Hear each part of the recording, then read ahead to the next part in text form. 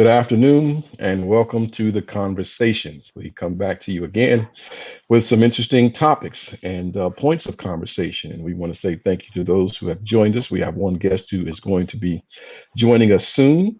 And I'm going to allow them to introduce themselves in just a moment. And then we will get right into the thick of things concerning the ballot, talking about the propositions that we are voting on here in this upcoming election.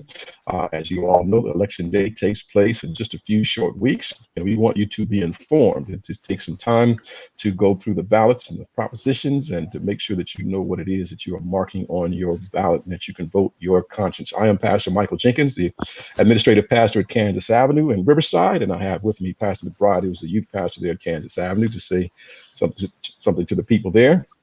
In the background, as always, we have our senior pastor, Pastor Morris, and we have Hansel Fletcher, and they are making sure that things are running smoothly as we have our talk and our conversation.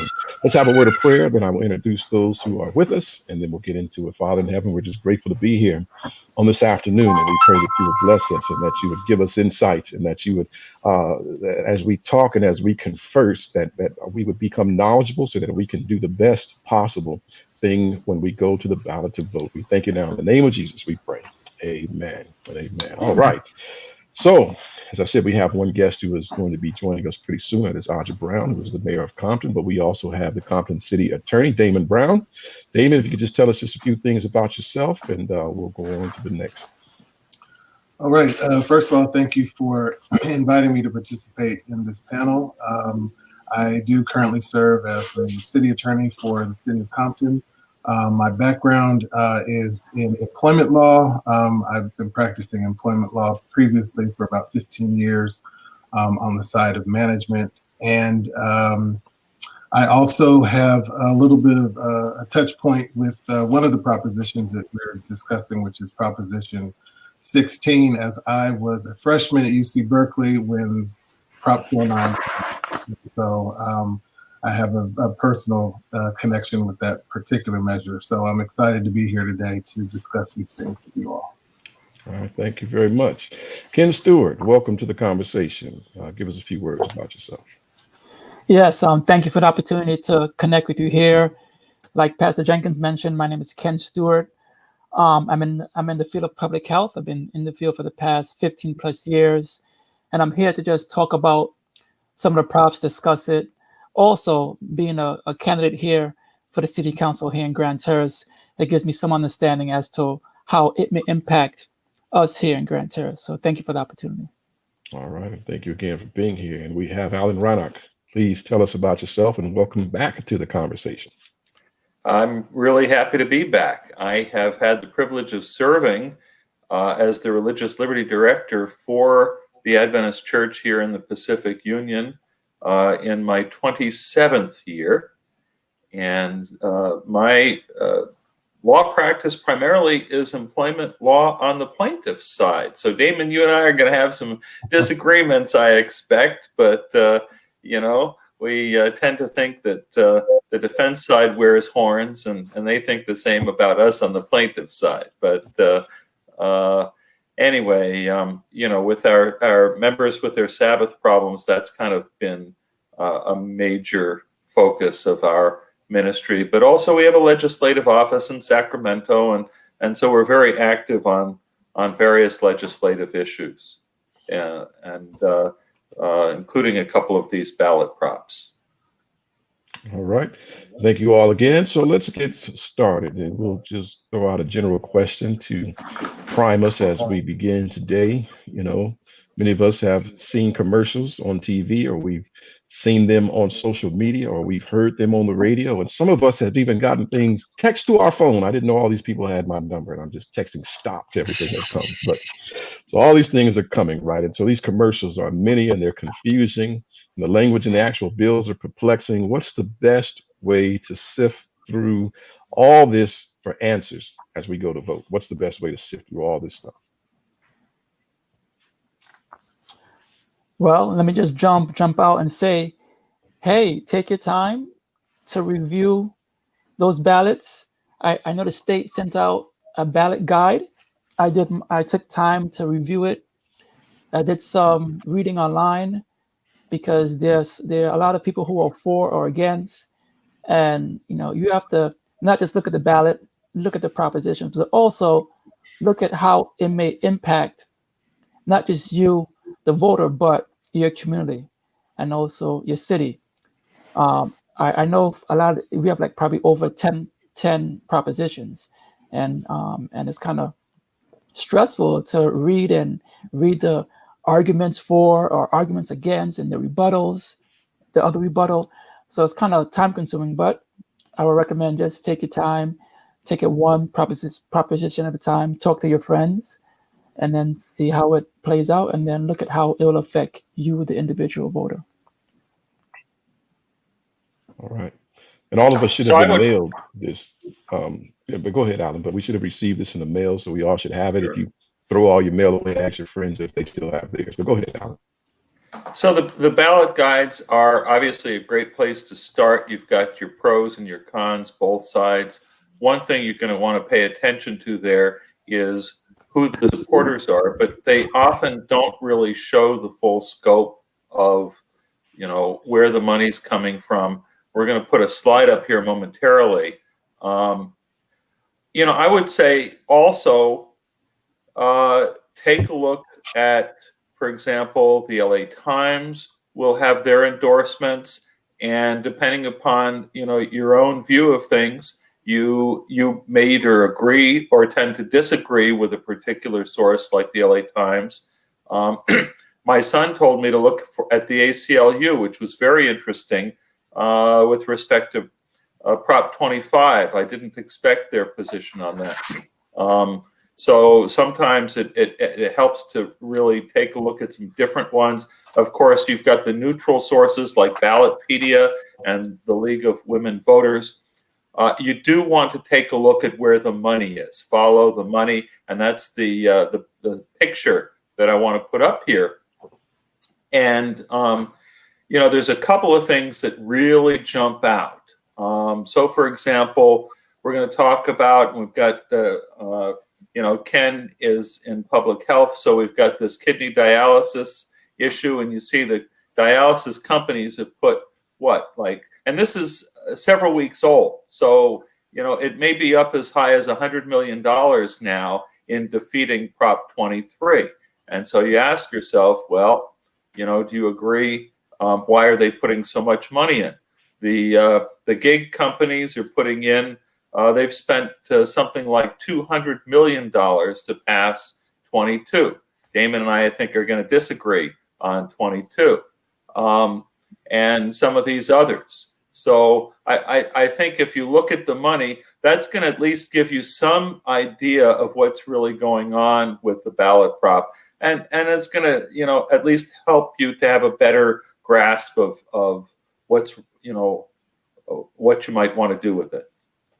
All right, thank you. I want to welcome Adja Brown, the mayor of Compton, to the conversation. We gave each panelist an opportunity just to say a quick word about themselves. We'll allow you to do so before we move on to our next question. Welcome. Could you just tell us a word or two about yourself? I'm sorry. Muted. Mayor. Oh, so sorry about that. Good afternoon, everyone. Good afternoon. My name is Asia Brown. I serve as mayor of the great city of Compton alongside our city attorney, Damon Brown. I am the youngest elected mayor, first woman in 40 years, and I've served for 7 years, just focusing on economic development and really focusing on restoring families and strengthening individual people. And we've had some tremendous success, and we have great things in the pipeline as well. Great to be here. Amen. We're glad that you could join us on today. We'll go right to our next question, and anyone, just feel free to jump in. Of all the propositions, they're all very important. But in terms of the ones that affect Black people the most, African Americans, that's our biggest audience. Tell us, are there any propositions that affect minorities the most? I know that there's some things about bail and prison and some other things. And so just talk to us. Which ones should we be as African Americans and minorities be more mindful of? I know that they're all important, but ones that might affect us most. At the risk of kind of not answering the question, I would say that all of them are important. I think I think there's sometimes a danger in our community where we tend to focus on issues that the larger media assigns to us as issues that should be important. So criminal justice reform is always the first thing that comes up for Black people. But the majority of Black people are not, incarcerated. While we may have touch points to that with relatives and friends, we have interests that are based in tax reform, property and real estate values. All of these things impact us. And I hesitate to try to narrow the scope of things that should be important to Black people because there's so much that's going on that will impact us inevitably that we need to weigh in on. I do think, so sort of some of the gateway issues, like affirmative action is obviously something that's going to set the trajectory for a lot of people and in the things that they'll do in the future.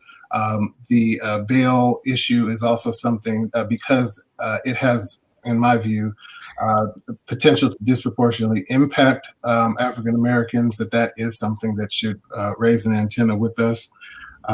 Those are just a couple of the ones that I know more directly are pointed towards us, but I encourage everyone to be well versed in all of them. All right. Well, I was hesitant to be the first one to weigh in. I will say the Church State Council supported in the California legislature the affirmative action because it came through the legislature to get onto the ballot. So we supported that. That seemed to be a no-brainer. And I guess we're going to hold off and talk substance of what these are in due course. But with you, Damon, I agree. I think that some of these tax proposals are really critical because when we think of systemic racism, part of that is based on our property tax structure and how wealthier neighborhoods have higher property values, higher property taxes, and therefore their schools have more resources. And neighborhoods where the property values are lower, the schools are going to have fewer resources. And that kind of inequality is part of the systemic problem.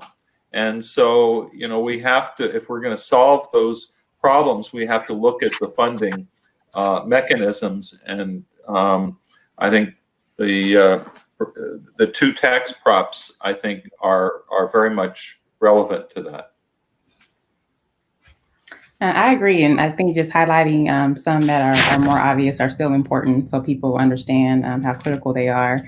Definitely Prop 16, which is really to reinstitute a form of affirmative action is critical to ensure that we have equity in terms of outcomes and metrics that we can track.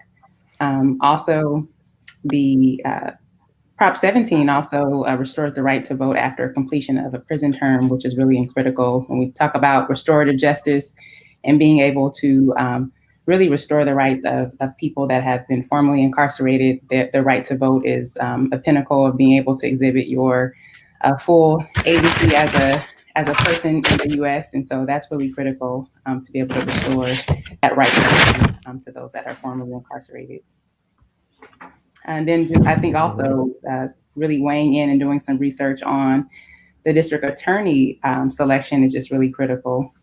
Even more than a proposition, the district attorney will dictate instances where the law could be applied. Justice can be applied to instances of excessive force or officer-involved shootings or other issues of infraction against African Americans, people of color.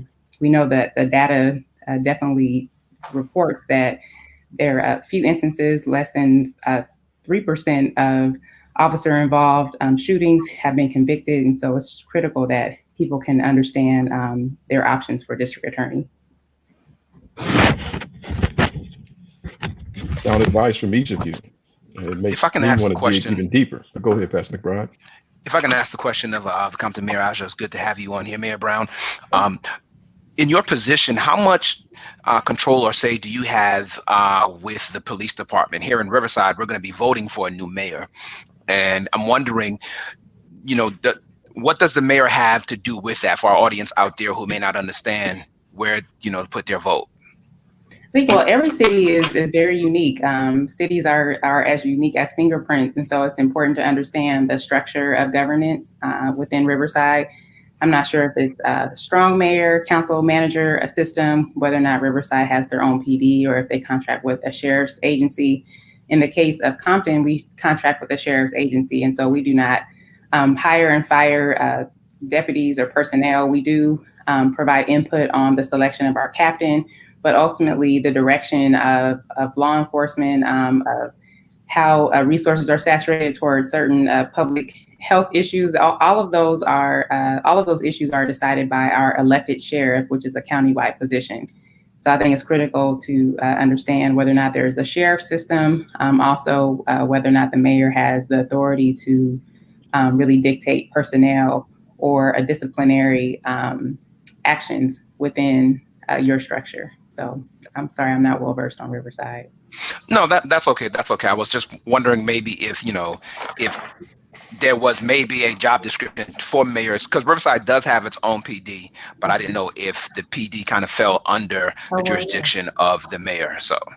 Yes, well, if you have your own PD, absolutely, the mayor can weigh in quite heavily on disciplinary actions, personnel appointments, also, most importantly, the direction of public safety within the community. Obviously, all communities have various unique needs, and the application of force or resources is really critical. And having your own police department provides the flexibility to really provide a public safety solution that meets the demands of your community. So I would say the mayor's position is quite critical in applying an overall holistic vision for public safety in your city. Awesome. Thank you very much. Absolutely. All right. Well, let's get into some of these props specifically. Let's start with prop 15. It talks about commercial real estate and the impact on public schools. And the ballot, it says it increases funding for public schools, community colleges, local government services by changing tax assessment of commercial and industrial property. Initiative Council amendment. And can you kind of explain to us what does this mean and its relationship to Proposition 13 that was voted on years ago? Give us some input, because we did talk, Alan, as you mentioned, some of these tax things, and Damon did too, that we need to be aware of, because it definitely affects the funding of schools and other services within our community. So help us to have a better grasp of Proposition 15.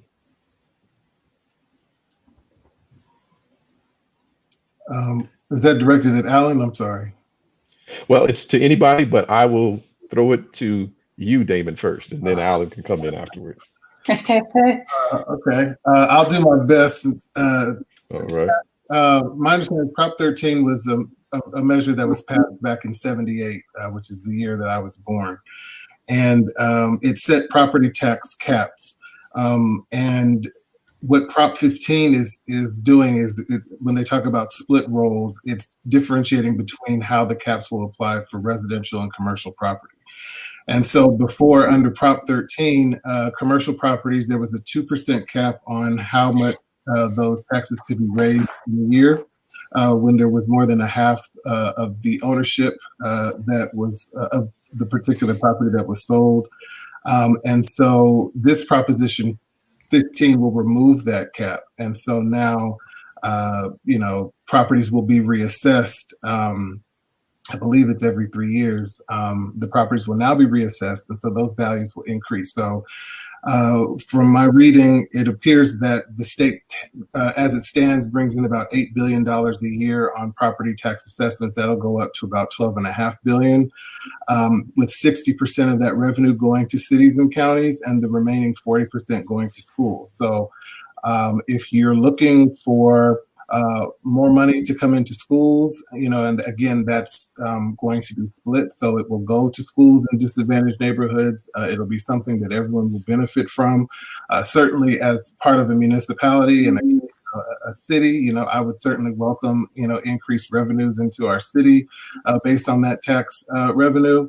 And from the other side, because I have a lot of friends in commercial real estate who are staunchly opposed to this, simply because typically with a commercial lease, you pass along the cost of property taxes to your tenants. And so to the extent that we have small businesses that lease space from these commercial developers and owners, their rents are going to go up, their costs are going to increase, and it may possibly, put them out of business.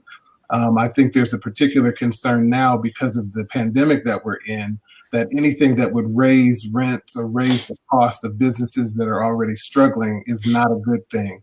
Although this is something that will be rolled out, I think it's 2 years from now that it would take effect. If there's still a concern with us not realizing the full impact of the pandemic, how long it will continue, what the long-term implications of it will be, there are concerns from business owners and from commercial property owners that even at the point in which it does become effective, it will not be good for these businesses. And just to add to that, here in Grand Terrace, we have the majority of our businesses are small businesses. So those taxes that these corporations or those who own property 3 million or above, when they get taxed, as the lawyer mentioned, my good friend, he mentioned that, hey, those taxes will transition into the renter paying a certain portion of that. So really and truly, within the next 3 to 5 years, we'll be seeing a replay of what is happening right now as it relates to this pandemic. But 3 years from now, we'll have similar issues where stores, small businesses are closing. However, I want to add to that, based on this Prop 15, there's a cap. So those who have properties, commercial properties that bring in a combined 3 million or above, they'll get taxed. So really and truly, what will get taxed will be Costco, will be Chevron, will be Walmart. And if they get taxed, or when they get taxed, they'll pass that tax on to us who go and shop there. So really and truly, all of us will have an impact or will be impacted by this Prop 15. Yes, it will go to schools, and our schools need it, but at the same time, we'll get taxed on the back end as it relates to our cost of living, our quality of life. So one thing that occurs to me, I mean, everything that people have said so far, I think is accurate. Corporations, are immortal in a sense, right? They can go out of business, but if you have if you've held property for a long time, then that is an enormous asset if its tax base is never going to be raised. And so rather than go bankrupt, you simply create some kind of merger structure where you're able to pass on that low tax benefit because you're not going out of existence. So the potential for keeping property taxes for commercial property artificially low for generation after generation exists. Whereas, okay, we buy a house and, how long do people stay in their homes? Well, the worst part of Prop 13 in terms of the kind of inequity is that people who have been in their homes for 40 or 50 years are paying, a few $100s in taxes, and some of us are paying many thousands of dollars in taxes. But people eventually die. They eventually sell their home, and then the tax base is going to get raised on that property. But if you're going to keep commercial properties artificially low taxed virtually indefinitely, you're really depriving our whole system of adequate revenue. So I do think on balance, and if you're a small business, granted, if you're renting from a large property owner, then there could be pressure. But if you're the large property owner, you got to have somebody to rent to. So if you jack up rents to where nobody can afford to pay them, you're not going to have any renters. So there's going to be give and take, and there's going to be incentives for small businesses then to buy property. And of course, property ownership is how Americans accumulate wealth. That's the number one way that we accumulate wealth. So there's different economic incentives here. Got it. Very insightful. So let's talk about Prop 16 as it relates to affirmative action. This is one that we've heard a lot about. Does supporting it increase the chance of leveling the playing field? Is this really instituting affirmative action again? Talk to us about this. One thing that it says it allows diversity as a factor in public employment, education, and contracting decisions. So tell us a little bit more about this if you can. Well, Damon, you said you had a personal experience with this. If I can set the stage here, when Prop 209 that passed? Prop 209 was the illusion of being race neutral, right? It's like, okay, after decades and decades of systemic racism, we're going to say all of a sudden we're going to be race neutral, and we're going to require race neutrality in public university admissions and public contracting, et cetera, right? Well, that was a fantasy. It was built.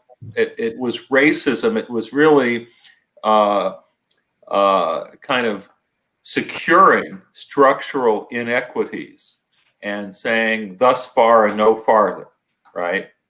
And so this is an attempt to reverse that, and then to allow government to address some of these systemic inequities.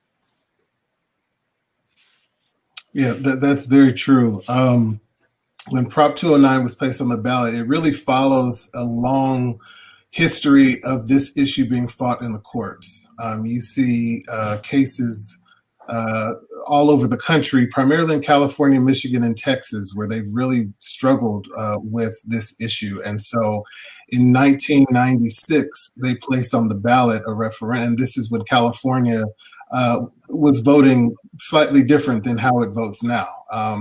We have a long list of Republican governors and other majorities within our legislature. And so this was an attempt, I think, as Alan adequately stated, to frame this as a good thing for people, for America. It was to level the playing field.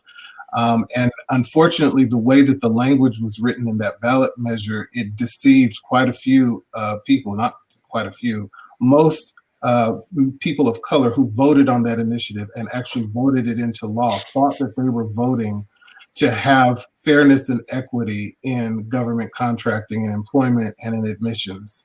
And it was the exact opposite effect. I don't remember the precise name of the measure, but it was something to the effect of, equal justice for Californians or something like that. And so people voted for it, not knowing what they were doing. And even now, the opposition to Proposition 16, they call themselves Californians for Equal Rights.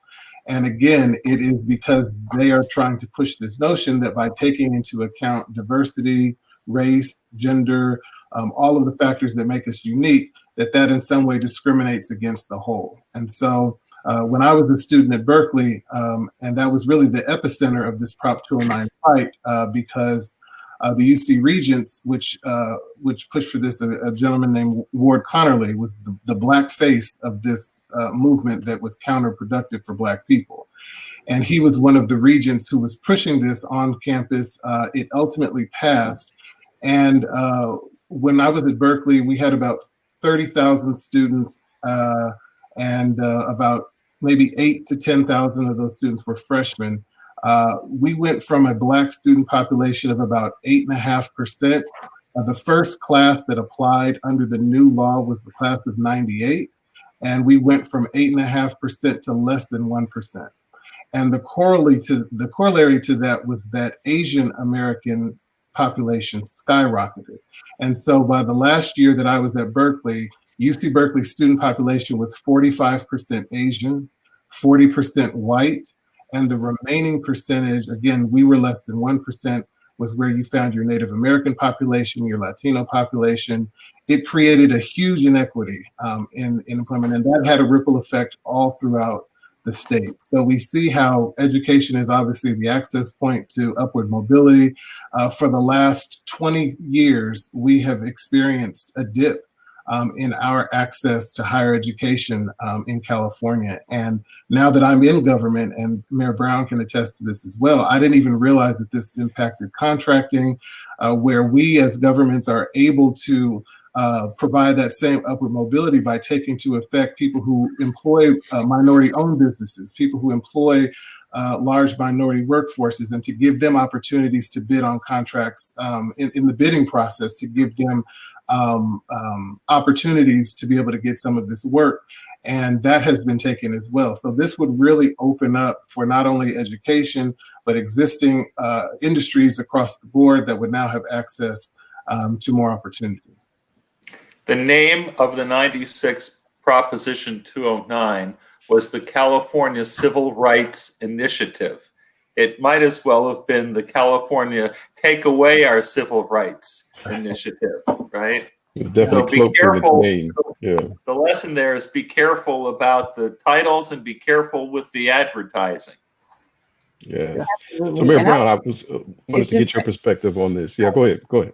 I'm sorry about that. Let me turn this up to you. I would just say it's critical to realize that if we're really serious about equity, then we need to actually install the tools and the authority to ensure that we can actually have policy objectives and measure those outcomes. And so with Prop 16, it gives an opportunity to be able to create some metrics and objectives based on the desired outcome of equity with certain ethnic populations, obviously not just African Americans, Latinos, but also ensuring that other ethnicities are represented. And then also it's critical, as Damon just described, in terms of what happens on the university campus.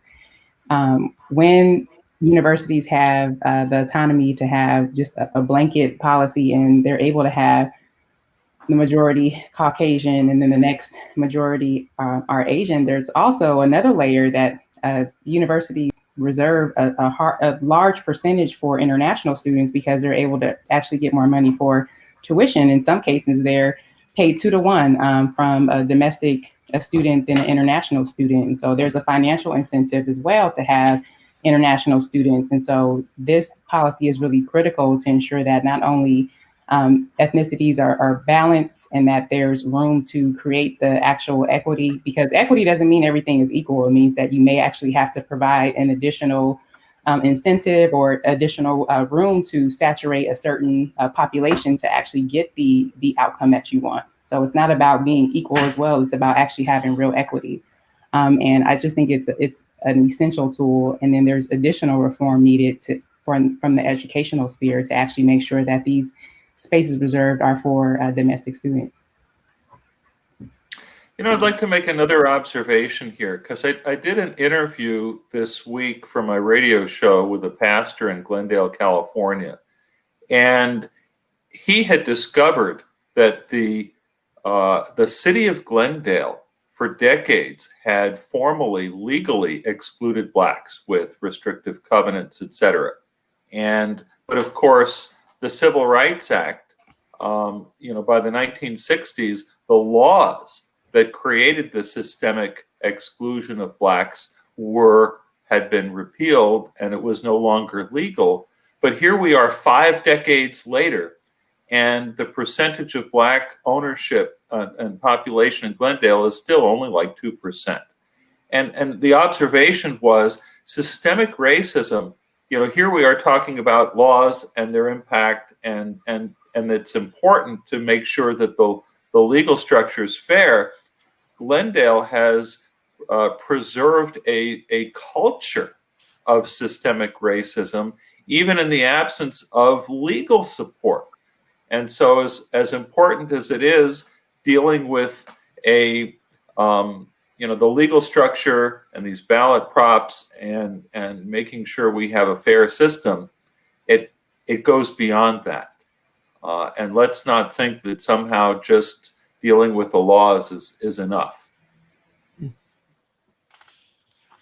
Thank you all. I think that you have enlightened us again on this proposition, and certainly made us aware of some things that we didn't know about before. I want to move on to Proposition 17 now. It's on the ballot, and it says that it restores the right to vote after completion of a prison term. And Some individuals are saying, okay, it restores the right to vote after prison term. And some people are saying, well, they're still on parole, and parole is part of a prison term. And so that's, part of the rebuttal. Do you agree with the argument that says that's this simple, that if parolees are able to have jobs, pay taxes, contribute to public life, that they should be allowed to vote on policies that will affect them? And why or why not do you agree? Tell us about this Proposition 17, restoring the right of those who have completed their prison term, but they may still be on parole, restoring their right to vote. Absolutely. I wholeheartedly agree that if people are able to be released back into population, they should have their full rights restored. They have the same responsibility of paying taxes and obviously paying for cost of living and all the other requirements that all of us have to live by. They also should have the ability to exercise their right to vote. It's that simple. The laws obviously will impact them, their families, their future, and they also should have a voice. And I wholeheartedly believe that people should also be able to vote, even if they are incarcerated. You're still human. You still have connections and ties to family members outside of prison walls. And I believe that that's just a part of our unalienable rights as human beings and as citizens in the United States. And I concur with that. Yes, you have paid your time, you have paid your dues. Now you're out. Yes, you're probably on parole, but hey, like the Mayor Brown said, you're going to be paying your taxes, you're going to be working. So, hey, give that, you paid your time. This is an opportunity now to get back into society. And that will help you to acclimate, not you, but to help the individual acclimate themselves back into society, getting back into the community, voting, working, and living a normal life. Yeah, I think the issue of parole and probation is really a distinction without a difference. We're losing you a little bit, Damon. I'm sorry, can you hear me? Yeah, go ahead and start over for us, please. Oh. Yeah, we can hear you now. I was saying that I think that differentiating between parole and probation is a distinction without a real difference. You have individuals who were incarcerated who are no longer incarcerated and should be able to participate. Like the mayor, I think my views are even a little bit more liberal on that, where I believe that individuals who are incarcerated should still be able to vote, that they don't give up that right because of whatever crimes that they've committed. So in that view, it certainly supports the position and the support that I would have for this measure. I'm glad you brought that up, Damon, because I believe that even though you have done a crime and we have restricted your liberties and your ability to move around, we're still paying for the liberties that you do have while you're in prison.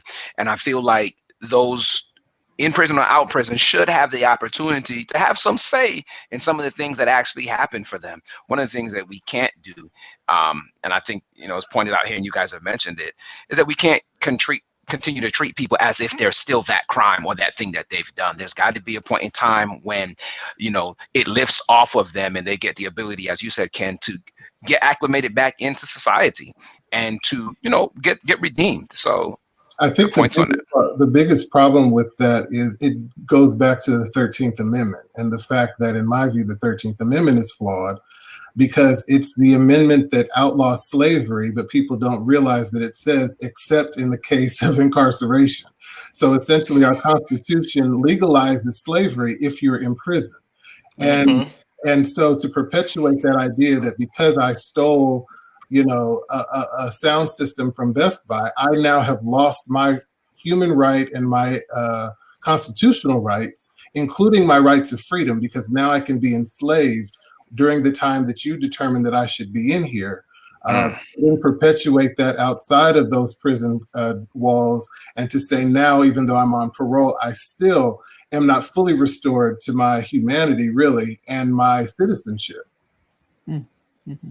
Well, let me play devil's advocate on this just a little bit, because individuals would say, well, those who were in prison were probably there for some violent crime, whether it be murder, or it could be rape or robbery or something like that. And so now that they're released from prison and they're on parole, or they're still in prison and they have the right to vote, do we really want individuals like that making decisions for the rest of us? What about that kind of talk and part of the conversation? I hear what you're saying on one end, but then there's others that come back on the other end and say, well, they've done some heinous things, and I don't necessarily know that they should be the ones making decisions for the rest of us.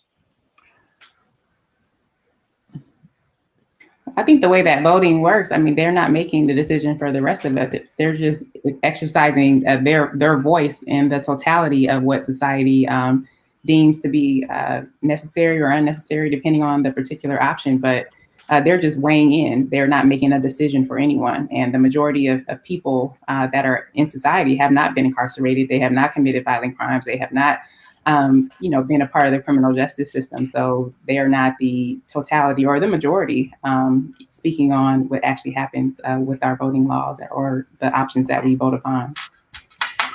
And just to add to that, they're just one vote. They're not a monolith of 2 million voters that's going to change the context of a prop or some person running. It's just basically giving one person an opportunity to acclimate themselves back in society. Once they come out, yes, they have committed a crime, but they did the time. So now let's move on and help them to acclimate them back. Because if we don't acclimate them back, we have to pay for them to be back in prison. Look, the criminal justice system is racist through and through. The large percentage, blacks are incarcerated to a much higher degree than their numbers or the percentage of crimes that are committed. We regard, crimes committed by blacks differently than crimes committed by whites. There's so much about our criminal justice system that's racist. We fought long and hard here in California to restore for those who have survived the criminal justice system to be able to actually get hired, get a job. So it's no longer legal to ask unemployment applications about prior, prison records and such, because what we were doing was relegating those who had been incarcerated for, whatever reason, basically to a lifetime of poverty and second-class status.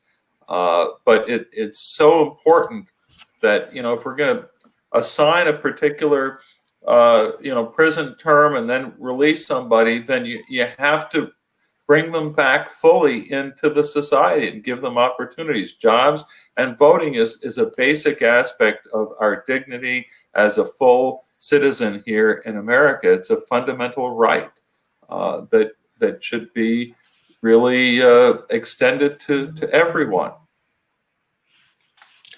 Amen. Well, let's move along and let's go to the next one. The next one I have a little bit of personal experience with. Prop 22, and it is on the ballot to exempt app-based transportation and delivery companies from providing employee benefits to certain drivers. And few people know, but I used to drive for Uber, and I was such a good driver for Uber. I had an Uber gold sticker that I could put in my window to let people know that I was a good driver. And the reason I drove for Uber is because I was in my doctoral studies and I had to pay that tuition. And driving for Uber gave me extra money. It's a little side hustle, so I could pay that doctoral tuition. And so I pastored a church. Damon knows, he's a member there in Inglewood that was close to LAX. After Wednesday evening prayer service, I'd go over to the airport, turn on the app, and before I knew it, I'd be driving all night and come home with $100 or $200 and spent my Saturday nights driving drunk people home. Hated driving drunk people home. That's the worst people in the world to drive because, I guess they were only fun to themselves. But, I had to make that money to pay that tuition. And for me, it was just a side hustle. It paid enough to pay the tuition. And I was fine with that. I didn't want to be an employee or anything else. It was an 80-20 split. I got 80%. Uber kept 20. And they had some things, some benefits, like they had discounts on medical insurance and car insurance and even cell phone bills and some different things like that I thought were great. And I even had a gas card where I could save a few pennies on every gallon. And for me, that was enough. But I know that there's people out there driving now, and they depend on it more than I depended on it. For me, it was just a side hustle to pay a bill. There are some individuals that are trying to pay their bills from this, and they want better benefits and pay and various things like that. And so Prop 22 is on the ballot, and it's been advertised and spoken of as relating directly to Uber and Lyft drivers. We know that delivery drivers are involved, and there are people who have found these gigs easy way to make money like I have, but then there's others that need it just a little bit more. So help us understand this Prop 22, because when I see the commercials on TV, I see some of the same things being said for yes and for no. And so I find myself confused as to what I should vote. But Alan, you showed us a very interesting graphic when you said follow the money, follow the money. So talk to us about Prop 22. And I know that there's two of you who may have some differing views. So kind of talk to us about Prop I'm 22. thinking Damon should start and give us the yes version, and then I'll say a few things All about right. the no side. That's typically what happens when plaintiffs want to know what the defense strategy is before. I'll go ahead and jump out there. So I stated earlier, my background is in employment, and I can't tell you the number of cases that I have had to defend where employers had independent contractor employment or engagements with individuals. And it was only when that engagement went south that the individual decided, well, I wasn't ever an independent contractor, I was an employee. And you failed to provide all of these benefits and protections to me for all of these years that I continued to accept the terms of the independent contract until it didn't work for me. And I think it is now one of the most hotly litigated employment issues, is differentiating between the independent contractor and employer-employee relationship. I think the way Pastor Jenkins described his participation as an Uber driver is the way that, at least if we're, and this is based on app-based, situations, but in the context of Uber, that was the original intent. It was never intended to be full-time employment, because those people might drive taxis. They and I don't, and in other contexts where you work for transportation providers where they have licensure requirements and they are employees. I think it was originally intended for people who wanted to work independently to pick up some money, extra money here and there, who wanted to work on their own terms at their own times and knew that they could make some extra money, that they were doing so. And it then became very popular where others who were in the employment who were employed and then became unemployed looked to Uber as a replacement for that employment. And I think that's where you've seen this push to have people who drive for Uber and Lyft be classified as employees, because these are individuals who previously had health care, who previously had other employment benefits, and are looking to replace those benefits and happen to enjoy, again, the flexibility of driving and participating when they want to. I have concerns when in this instance, there's been talk about Uber and Lyft leaving California because it will significantly impact the model that they built themselves on. Whether that will happen or not, I don't know. A lot of times people say they're going to do things as a way to, coerce people to do what they want them to do.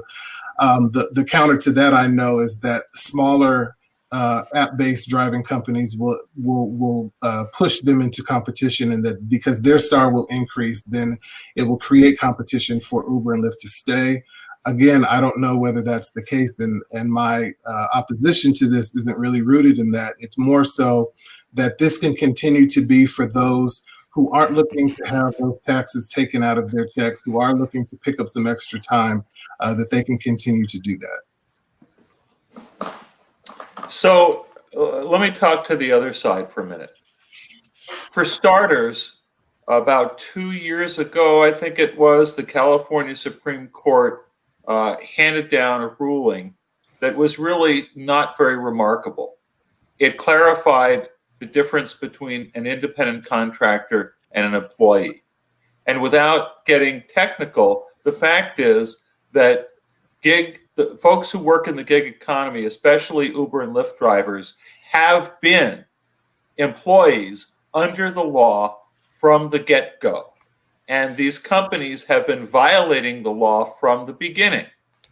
Court just the other day imposed an injunction against Uber and Lyft on that basis, because even though this decision was passed down, and then the California legislature picked it up and passed Assembly Bill 5 and codified some of these requirements. And this year, there was a lot of energy in kind of fixing Assembly Bill 5 and dealing with some of the unintended impacts on different categories of employment, Uber and Lyft have continued to thumb their nose at the law.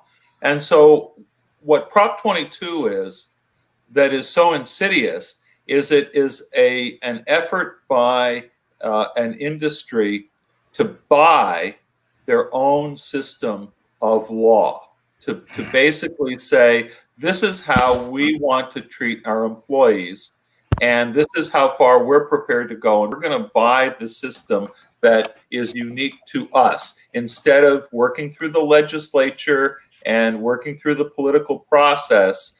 They're going to say, we're not content with what the law is, we want to buy our own system of law. And then the question becomes, where else does this go? Will it affect waiters and waitresses? You know, will other service industries start now to say, well, we don't want to have to treat our employees as employees either, because there's an awful, you know, in terms of the control.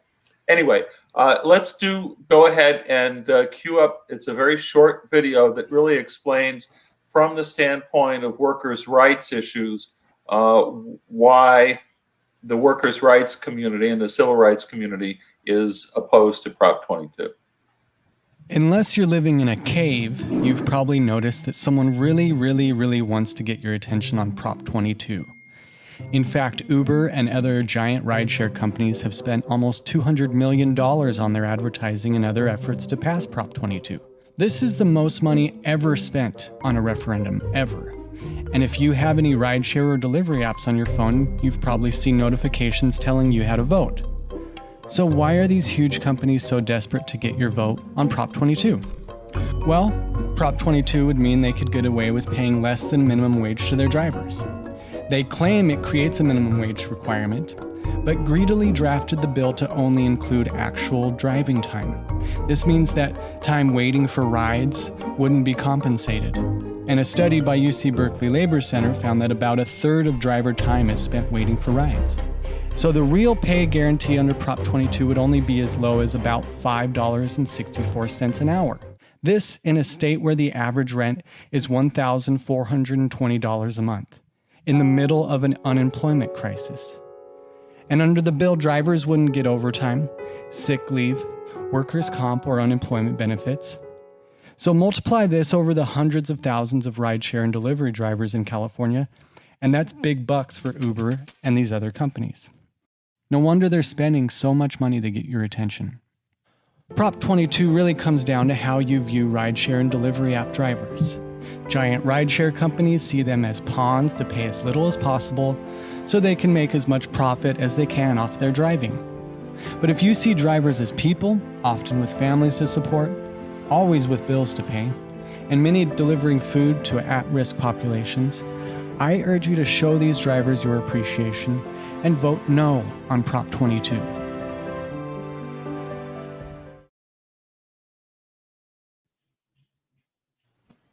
Well, we've heard both sides of the prop. I will say, I have something else to get in there with. Go ahead, Alan and Ken. And I was going to say, I was in the Bay Area for a San Francisco 49ers game last year when we were still going to football games, and our driver to go to the game was unemployed from the tech industry. He was an engineer. And he said he had to drive 12 hours a day just to make minimum wage. So it's a tough gig. Yeah, if you're doing it kind of as a separate gig, you've got a day job and you're just making a little extra money, that's one thing. But if you're really depending upon it, it's pretty tough. And I know with the unemployment this year because of the coronavirus, an awful lot of folks in the gig economy were having struggles getting any unemployment, getting any benefits because they're not employees. So there's a lot of different aspects to this. I guess my bottom line is there's going to be a third way. There's going to be something between traditional employment and independent contractors. And we're not there yet. We haven't really cracked that nut to figure out how that's going to work economically. The ballot system, there's a reason why typically it's a tough uphill battle to get ballot props passed, and a lot of them go down in flames and to the no side. It's not the best way to do law. This is not the way to craft, an alternative between employment and independent contracting. We need a third way, and we're just not there yet. But this isn't it. That's my view. So Ken, before you go, I just want to let everyone know we're going to wrap up pretty soon. I want to get to two more, and that's Prop 23 and Prop 25. So I just want us to be able to talk about those briefly, and then we'll close out. But Ken, I know that you had something that you wanted to interject on this Prop 22. Yeah, just two quick points.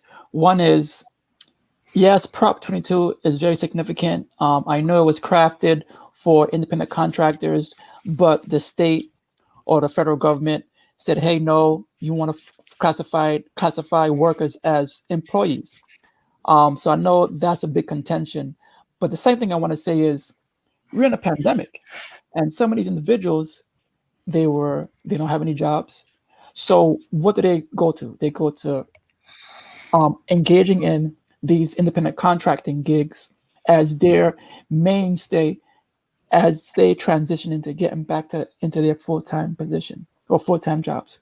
So I think we need to take that into consideration, because if this prop doesn't pass, I heard that Uber is going to be working with taxi cabs and working with them and providing services, which would then leave out all those independent contractors who were working with them before.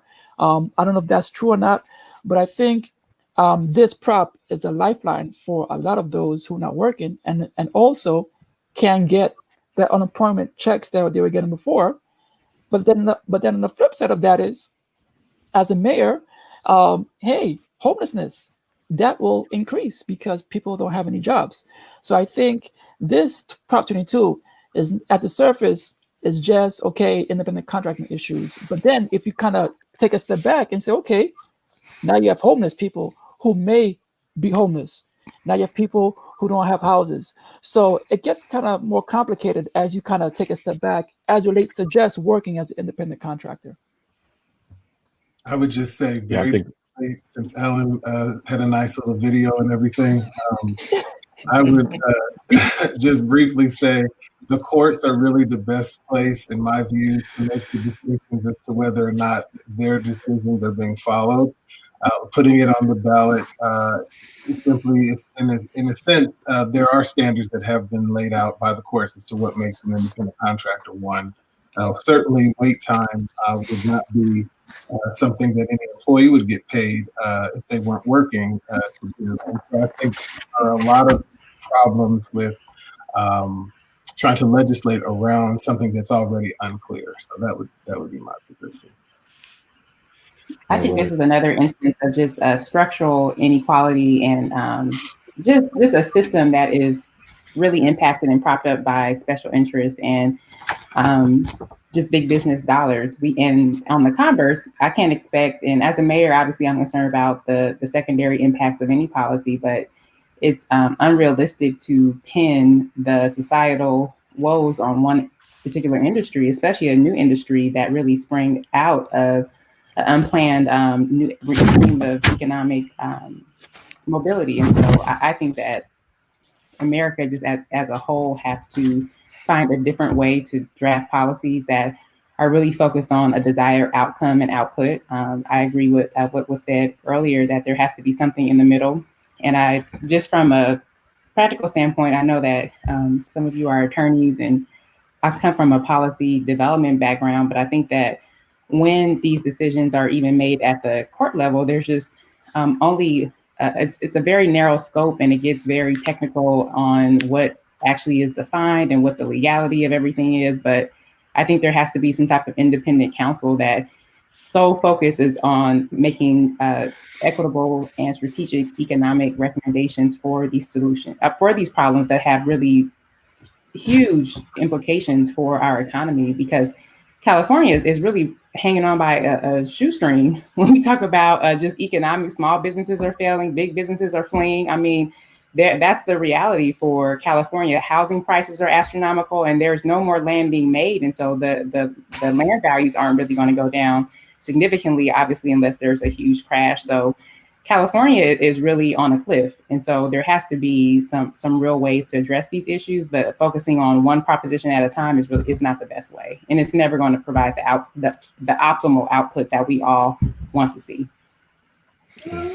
I think we heard both sides, and I think for each of us individually, we just have to do a little more research so that we can vote our conscience on this one. Really quickly, I want to just touch on 23 because we see so many commercials.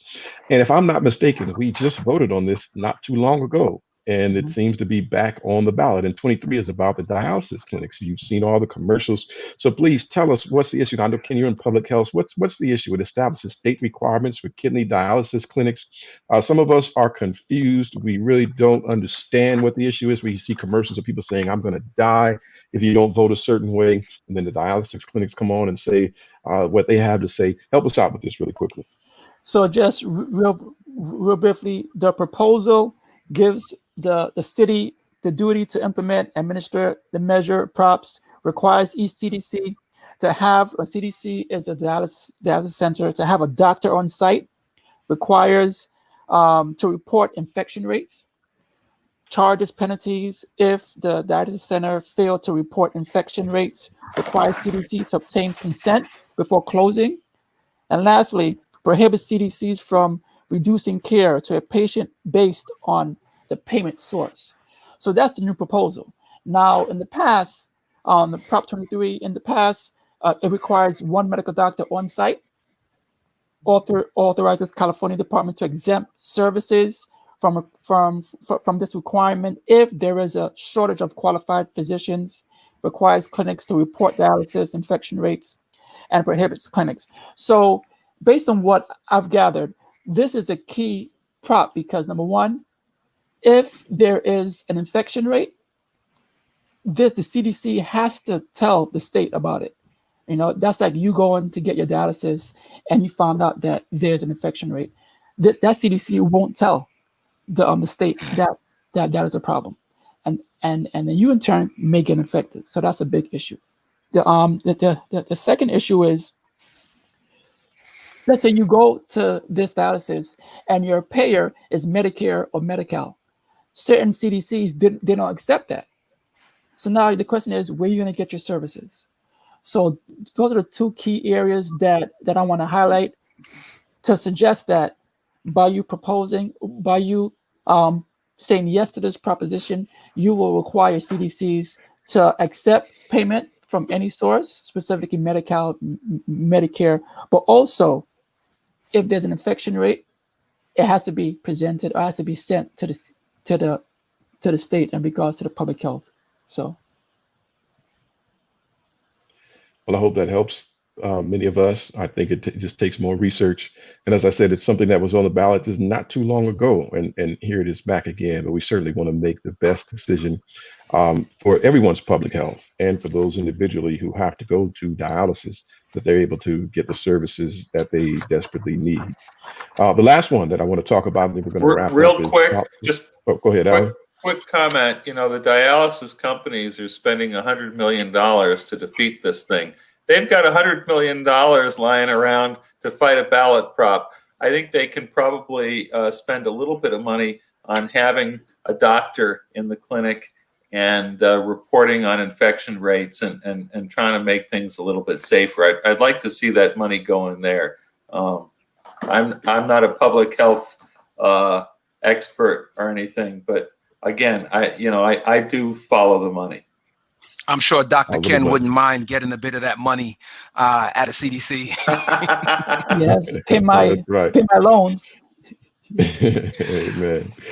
So the last one that we'll touch on is Prop 25. It's a referendum on the law that replaced the money bail system with a system based on public safety and flight risk. You all have seen the commercial that says this rapist had money and he was able to get out, and this senior citizen stole a loaf of bread or something like that, $5, and he couldn't get out. You all have seen that commercial. So those are those that say the cash bail is advantageous to those who are wealthy and thus inherently classist, racist, and unfair. Yet some of the individuals who utter those words of criticism still oppose the proposition because they say that although cash bail is fundamentally flawed, the replacement is just as bad or even worse, and will still lead to people of color being disproportionately affected. Talk to us about Prop 25 and the money bail system versus the cash bail system. I'm throwing that out to anybody. What do you know? What can you tell us? Attorney. I know on this bill, this is it's a difficult one for me, because I'm doing what Alan mentioned, and I'm looking at the money, and I'm also aware of just the inherent disparities that exist in the criminal justice system, having firsthand knowledge and experience with inequities created in bail being set or denied. And so for me, I'm looking at it in two different ways. One, we can support this measure and be happy with the fact that at least we've done something monumental and we can work on the fixes later. Once you get rid of the cash bail system, you sort of at least, drawn the death blow that you needed to, but there's still, the beast may not be all the way dead yet. And so there may be other fixes that need to happen. Or you could just take the approach that I don't want to do anything until it's exactly as I want it to be. And so I'll vote no and wait for the perfect bill to come. And in the meantime, you'll have another 20 or 30 years of a cash bail system that does not work well. I know one of the biggest issues that people have who are against Prop 25 is the fact that they will employ some computer algorithm that is going to determine what and categorize criminal defendants into high risk, low risk, and medium risk categories to determine whether they should be released before they are tried for their crimes. And the concern is that disadvantaged groups of people in the past have always come out on the short end of the stick when it comes to these algorithms, whether it's in banking and lending practices where you get a score or a number assigned to you based on a profile that's created. It doesn't tell the whole story. And so you'll have people who are detained for long periods of time without being able to bail out, where if it were a cash bail system, they could do so. Again, judges are not robbed of their discretion in this new system. Once the judge gets the case, they can determine whether or not the person, they can see what the risk assessment was and make a determination. But even at this point, we still don't know what that algorithm looks like. We don't know what this will be, although the ballot does build in some precautions in terms of monitoring it and evaluating it to make sure that it's scientifically supported. So there are pros and cons. I think an interesting fact to know is that as of June 30th, 61,000 people in California's board of county jail system were in jail when only 17,000 of those individuals were actually sentenced to confinement.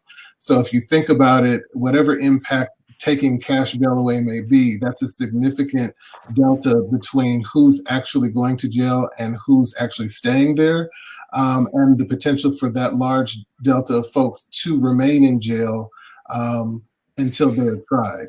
They say most misdemeanors are omitted from this. So if something small, you wouldn't be detained. But again, we don't know what those misdemeanors are. There's just a lot that is unknown about this. So it just depends on whether you want to just take the leap and say, let's get rid of the system that we know is not good for us, and wait and see what happens and fix the things that need to be fixed along the way. Or if you want to wait for the perfect bill to come and keep the status quo until then. All right, good assessment. Alan? On Prop 25, this raises one of the key questions that I often have. Why is this even on the ballot? Why, For the concept of ballot props, somebody gets to write it. It doesn't go through the legislative process where there's compromise and you hear from a lot of different interests and you have an opportunity to take amendments and to improve upon things. And there's a process. Here, somebody puts something together and it gets on the ballot and it's either up or down, which is why so often they get voted down. There's so many very powerful legislators who support Prop 25. My question is, why didn't they eliminate cash bail as a matter of the legislature? Why are we voting on it? SB 10 was the law, and it was passed and signed by Governor Brown. And then the very next day, one of the dissenting Republican senators turned it into a referendum measure. So this is an attempt of basically the team that lost to try to get the public to overturn what the legislature overwhelmingly set into law. So that's what we're looking at right now. Just right quick, Damon, could you tell us again what the legislation put into law? Yeah. So this is SB 10, Senate Bill 10 was, I believe it was passed in 2018. And so it essentially eliminated the cash bail system, and everything that you're reading about, sort of the safeguards, the algorithms, and all of these things. This was all part of the legislation. And it was when that passed, and again, if you're into politics, we have I don't even think it's a supermajority. I think it's something more than the supermajority of Democrats in our legislature. But overwhelmingly, this passed. We had a Democratic governor who signed it into law. But there was a concern by those on the other side who believed that eliminating the cash bail system would create this rampant, criminals would just be out and there would be nothing to keep them in. And so they have now done, anyone with a certain number of signatures can place anything on a ballot. And so this is essentially a referendum asking the Californians to weigh in on whether the legislation that was passed and signed into law was a good thing. Amen. Thank you for that information. And it, leads me to want to dig deeper to find out more so that I can be an informed voter when I do vote. We're right up against it, and we want to go ahead and close this out. I want to thank you all for joining us. I'm going to allow Pastor McBride to give us our final wrap up, and then we will say our final goodbyes right after that. Ladies and gentlemen, get ready to take a deep breath because we dove right into our propositions on today. And let me explain to you, man, there's a lot going on. But one of the things you must understand as you figure out what you're going to do with these propositions, you must understand this one thing. Voting is your inalienable right. It is something that you have to take serious. It's like paying your bills, your electricity, your internet bill. All of those things are extremely important. Why? Because they tell you what you can and cannot do. So listen to me. You may be wondering to yourself as you get all of that mail that comes in your mailbox and you're trying to decide if you're going to keep this, you don't care about Prop 14, 15, 13, whatever the case may be. Let me tell you, these are the guidelines you want to look at when you are trying to figure out what to do with the bill. Number one, Alan brought it out. Follow the money. See who is supporting this particular bill. And if you agree with them, if you like their standards, their principles, what they stand for. Now, I don't know. I like Mad Mothers Against Drunk Driving, but at the same time, for my brother, out there like Pastor Jenkins and some of us who had to delve into the ride share business, we needed that little extra cash, so we had to do what we had to do. But at the same time, man, it would be great to get some sick leave or some wait time pay. But Damon said, nobody gets paid for waiting when you're actually waiting instead of actually working. But let me explain. Again, follow the money, but not just following the money. You have to do your research, because you don't want your vote to be taken away. So when we're considering what we're going to do with Prop 22, do your research. You want to see how that is going to affect businesses and small businesses and large businesses. Ken brought out the fact that some of these large businesses have a cap and they're going to be the ones who have to pay for it. Small businesses might not. But in actuality, anything that has to do with taxes, to all of you that are paying attention, it's going to come out of your pocket. You must understand, taxes are what we the people pay for the government to take care of everything else you don't have your actual hands on that's in your property. Brothers and sisters, I understand that voting and all that kind of stuff can get mixed up, but listen, your life depends on it. We have some big measures that are extremely important to what you're doing. In fact, your children's lives depend on it. So what you think is important is what you should vote for. We didn't start this particular session to tell you exactly what to vote for, but in fact, to give you some guidelines as you vote to make sure that you're doing the best thing for yourself, your community, and those around you. We want to thank all of our guests on today for joining us. Some repeat people joining in. We appreciate having you, Alan and Damon. Some new individuals. We have the mayor of Compton on with us. Good to have her here. Running for city councilman, I believe. Ken, is that what it was? Yes, over in Grand Terrace. We want to let you guys know, listen, look out for some of these individuals as you see them. They are movers and shakers wherever they are. You've joined us for the conversation 3 p.m. on Saturday afternoons. You're going to join us back on next week. We'll be coming to you with our information in our social media. That is Kansas Avenue on YouTube and on Facebook and Instagram, so that you can see where you can click the notifications to be involved in what we do here for the conversation. Once again, thank you so much for joining. Share this. Go back over and look at it again if you are lost with something to do. And I don't know about you, but that little video that Alan put up, I'm pretty sure, Damon, that was Alan's voice narrating that. I don't think it was some other guy. That was Alan narrating that video. Ladies and gentlemen, thank you so much for watching. I turn the time back over now to my great co-host, Pastor Jenkins. Amen. Remember that next week we won't have the conversation. We will be supporting this program, Trick or Treat, Your Vote Matters. It takes place on October 23rd by the Conscience Justice Committee or Council. And so this is supported by the North American Division of the Seventh-day Adventist Church. And they're just going to be giving more information about voting and what is on the ballot. So tune in at 3 p.m. on next Saturday. And also coming up right in just a few minutes, if you're still at home, get up, put on your camouflage clothing, and get down to the church parking lot for this concert, a praise and worship concert, Undefeated. That's outdoors in the parking lot. Things are set up. It's about to start very soon. I'm about to change my clothes and get down there myself. Masks are required. We are doing temperature checks. Of course, you can stay in your car. We'll have some chairs out, but we are encouraging you to bring your own chairs.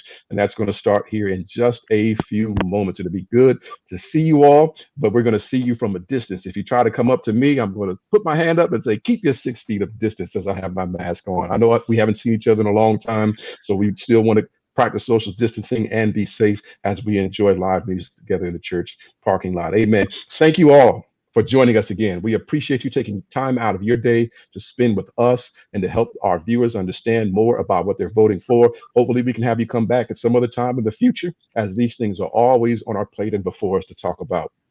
We're going to close out with a word of prayer now, and we will see you all next time. Father in heaven, thank you again for being with us throughout our conversation and blessing those with this knowledge and experience that they have shared with us today. And I pray that you would help all of us who have heard to make informed decisions when we go to the ballot. Thank you now, Lord. Bless us and keep us. In the name of Jesus, we ask and pray. Amen. May God richly bless you all. And thank you again for spending this time with us on today.